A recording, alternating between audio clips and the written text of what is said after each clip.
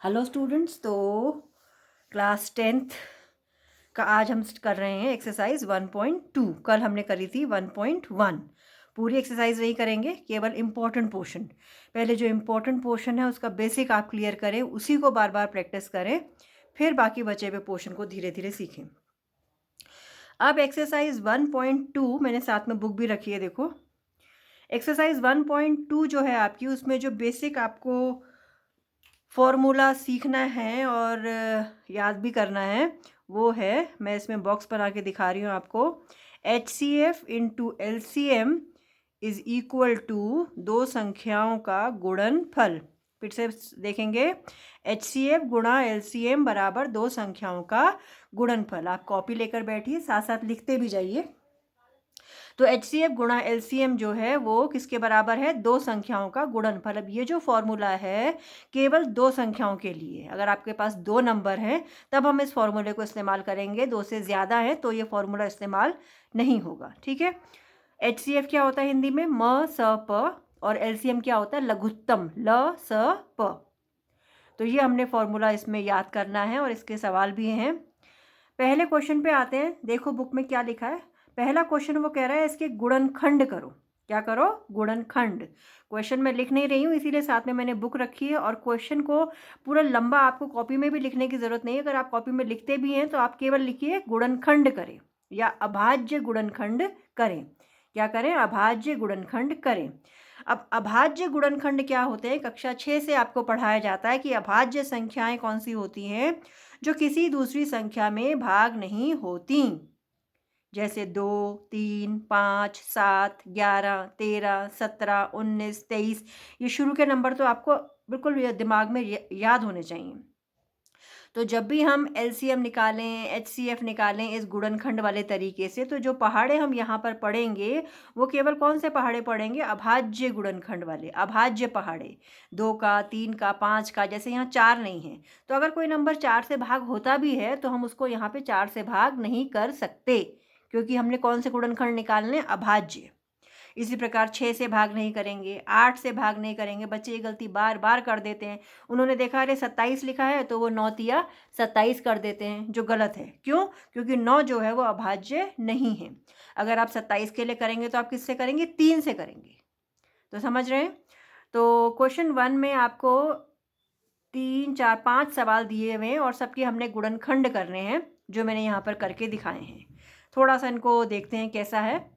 140। 140 तो ईजी है, देखो 2 का पहाड़ा सबको आता है। 2 सत्ते 14, 0 का 0।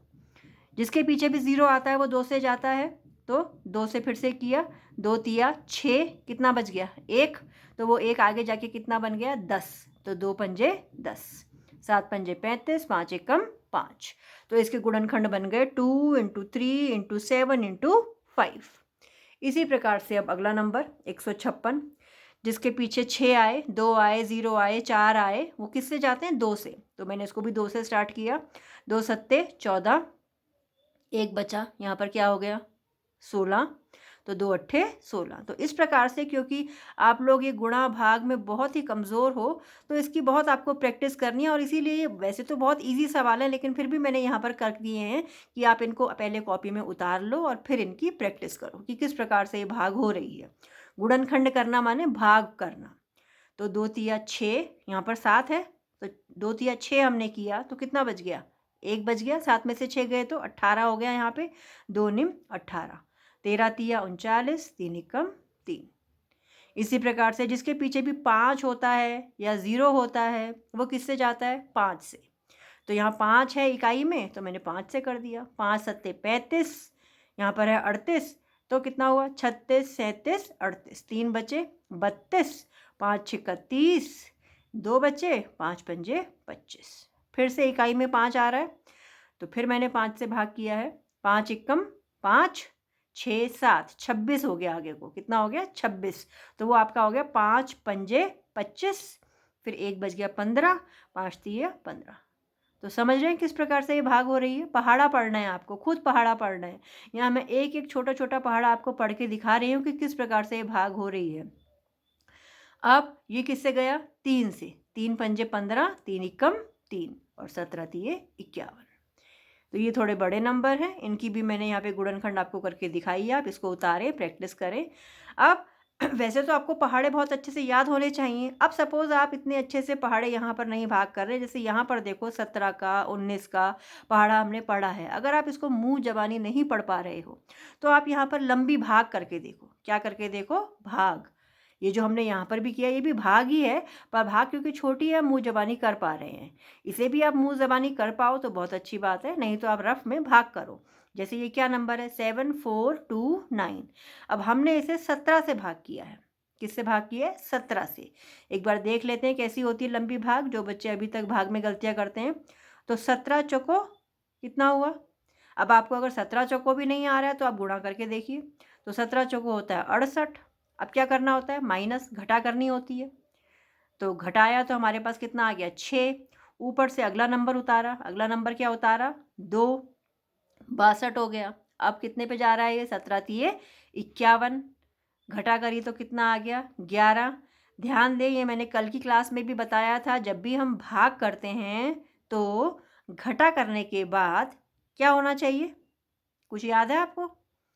घटा होने के बाद जो भी हमारे पास नंबर आएगा, आंसर आएगा, वो हमारे पहाड़े वाले नंबर से छोटा होना चाहिए।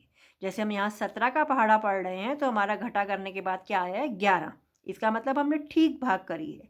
अगर यहाँ घटा करने के बाद 17 आ जाए, 18 आ जाए, 19 आ जाए तो यानी हमारी भाग गलत है। हम थोड़ा कम रह गए हैं और आगे जाना था भाग के लिए। अगला नंबर उतारा 9, 119, 17 सत्ते पे पूरा पूरा चला गया।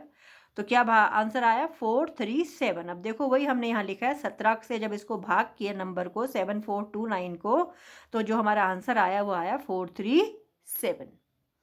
फिर आगे हमने इसको 19 से भाग किया है, वो भी मैंने आपको यहाँ करके दिखाई है। 437 को हमने 19 से भाग किया। देखो 19 दूनी 38, माइनस करो 5 बचा, अगला उतारो 7, 19 तिये 57, तो 23 आ गया। और 23 एकम 23। ठीक है, तो ये हमारे अभाज्य गुणनखंड क्या है? अभाज्य गुणनखंड। फिर से अभाज्य गुणनखंड के नंबर आपको एक बार रिवाइज करवाते हैं। क्या हैं? 2, 3, 5, 7, 11, 13, 17, 19, 23। इस प्रकार से आगे को चलते जाएंगे। याद रखें, एक ना तो भाज्य है ना अभाज्य। कक्षा 6 में आपको बहुत रटाया। और 2 ही केवल ऐसा नंबर है जो सम है, जिसको हम कह सकते हैं कि कई बार बच्चे इसमें गड़बड़ कर देते हैं। वो सोचते हैं कि 2, 4, 6 जैसे बाकी नंबर जो 2 के होते हैं वो सम विषम अलग चीज़ है। ये अभाज्य की बात हो रही है। अभाज्य यानी जो किसी दूसरी संख्या में नहीं आते। आप इन संख्याओं को रट लें और हमेशा ध्यान रखें कि जब भी हम HCF निकाल रहे हैं, LCM निकाल रहे हैं, अभाज्य गुणनखंड निकाल रहे हैं, तो केवल इन्हीं पहाड़ों से हम भाग करेंगे। और भाग आपसे मुंह ज़बानी नहीं हो पाती है तो शुरू में आप लंबी लंबी भाग साइड में रफ में करके देखें और यहाँ उत्तर लिखते जाएं। बार बार प्रैक्टिस करने से आप इन गुणनखंडों को कर सकते हैं। तो वीडियो रोक के ये सभी आंसर्स आप उतार लें और इनकी प्रैक्टिस करें। ये हो गया आपका क्वेश्चन 1। क्लियर है? अब देखिए, अब हम आते हैं क्वेश्चन 2 पर। क्वेश्चन 2 क्या कह रहा है? वो कह रहा है जांच कीजिए। क्या कह रहा है? जांच कीजिए। क्या जांच कीजिए? वही जो फॉर्मूला हमने लिखा है कि 2 संख्याओं का गुणनफल बराबर HCF इंटू LCM। ये जो फॉर्मूला हमने ऊपर लिखा है, हमें इसकी जांच करके दिखानी है। जांच करने का क्या मतलब हुआ, देखेंगे इसको। अब जांच करने का मतलब हुआ कि जो भी हमको 2 नंबर दिए हैं, जैसे पहला हम सवाल है हमारा 26 और 91, तो उन दोनों नंबरों का हम एक बार HCF निकालेंगे, एक बार LCM निकालेंगे। फिर हम ये फॉर्मूला लिखेंगे HCF गुणा LCM बराबर दोनों संख्याओं का गुणनफल। अब जब हमने HCF निकाला, अब HCF कैसे निकाला देखो, 26 के गुणनखंड किए, 91 के गुणनखंड किए। उसके बाद क्या करते हैं, इन दोनों में जो गुणनखंड कॉमन है, जो गुणनखंड कॉमन है, कॉमन माने जो यहाँ भी है और यहाँ भी है, उसको हम सर्कल कर लेते हैं। तो 13 पे सर्कल आ गया और कुछ कॉमन नहीं है। तो जो कॉमन वाले गुणनखंड होते हैं वहाँ से हमारा किसका आंसर आता है? HCF का। किसका आंसर आता है हमारा? HCF का। तो इसका HCF हो गया 13। एक गलती फिर कई बच्चे करते हैं, वो लिख देते हैं HCF बराबर 13 इंटू 13। ये गलती नहीं करनी है। HCF कैसे निकलता है? HCF निकलता है कि जो भी हमने गुणनखंड बनाए हैं उनमें जो कॉमन संख्या है, क्या है, जो कॉमन संख्या है उसको आप सर्कल करते जाइए और जो कॉमन संख्या है उसको उत्तर में केवल एक बार लिखना है। उत्तर में कितनी बार लिखना है? केवल एक बार। ठीक है, अब LCM पे आ जाते हैं। LCM कैसे आता है? जो बाकी बची हुई संख्याएं 2 और 7 वो तो लिखनी है और साथ में जो कॉमन वाली संख्या उसको एक ही बार लिखना है। कॉमन वाली संख्या को एक ही बार लिखना है।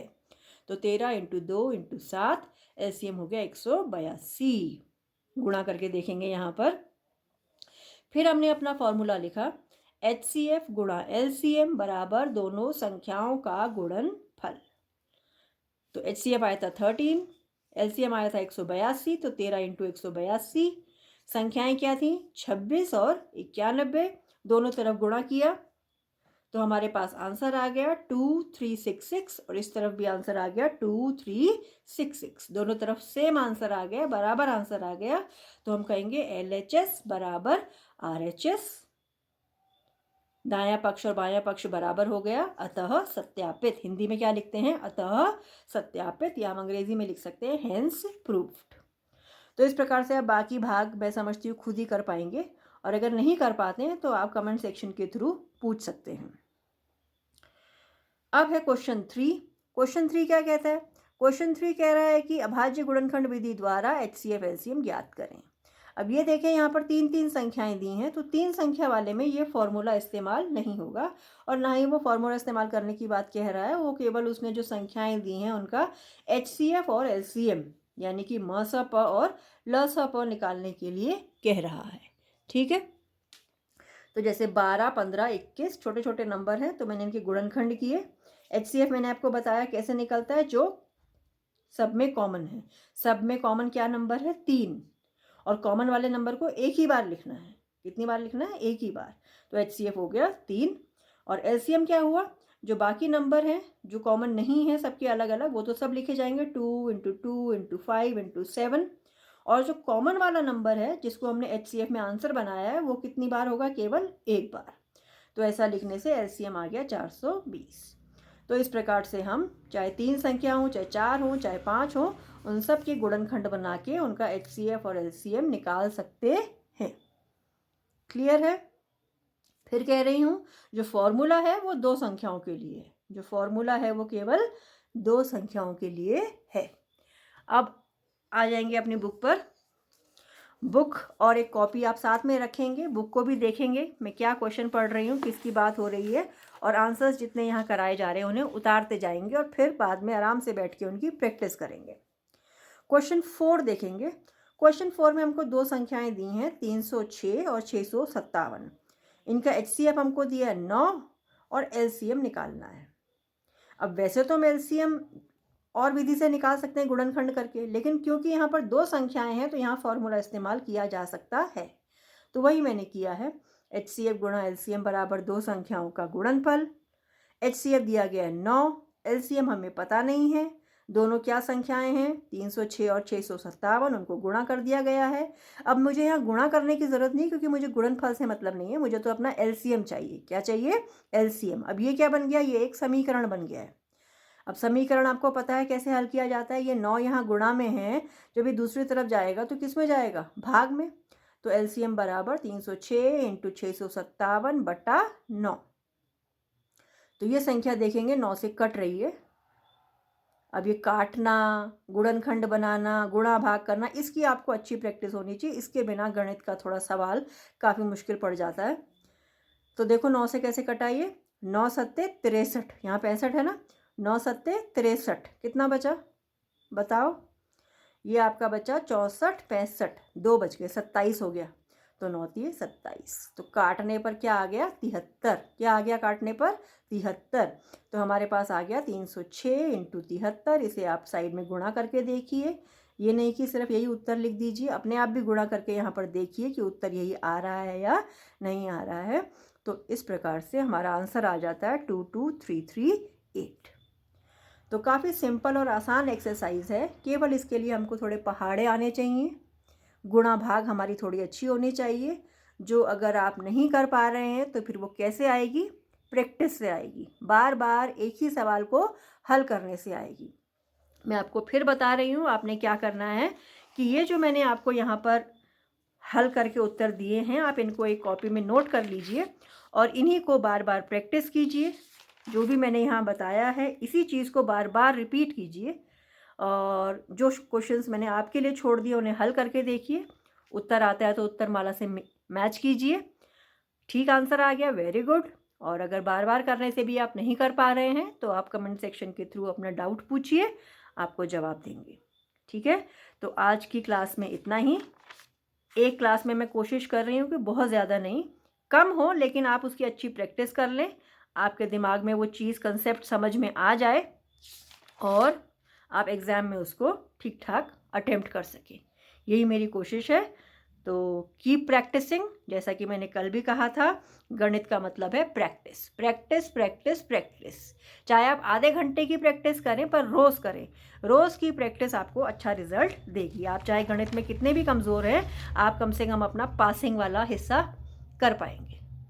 ठीक है, ओके, मिलते हैं फिर नेक्स्ट क्लास में। तब तक आप प्रैक्टिस कीजिए और गणित सीखने में लगे रहिए। Thank you.